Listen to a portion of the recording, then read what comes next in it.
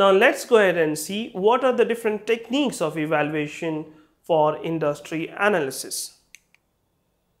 So first one is your end use and regression analysis. So here basically as an analyst, you try to understand why there is a demand for the end use product for that particular industry for which your target company belongs to. So end use analysis for product demand analysis refers to a process whereby the analyst attempts to diagnose the factors that determine the demand for output of the industry. Next is your input-output analysis.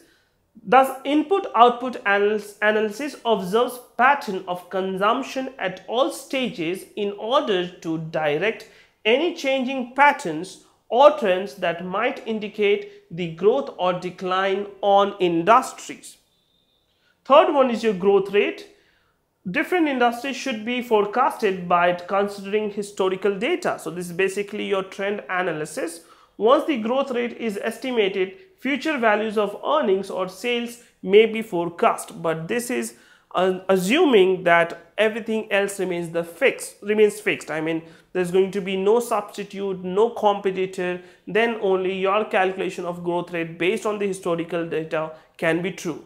Another types of analysis that we can do here is SWOT analysis, where we try to understand what are the strengths and weaknesses of that particular industry, what are the opportunities and threats for that particular industry. So taking into consideration this quantitative and qualitative factors, we can go ahead and do our industry analysis for our target investment company.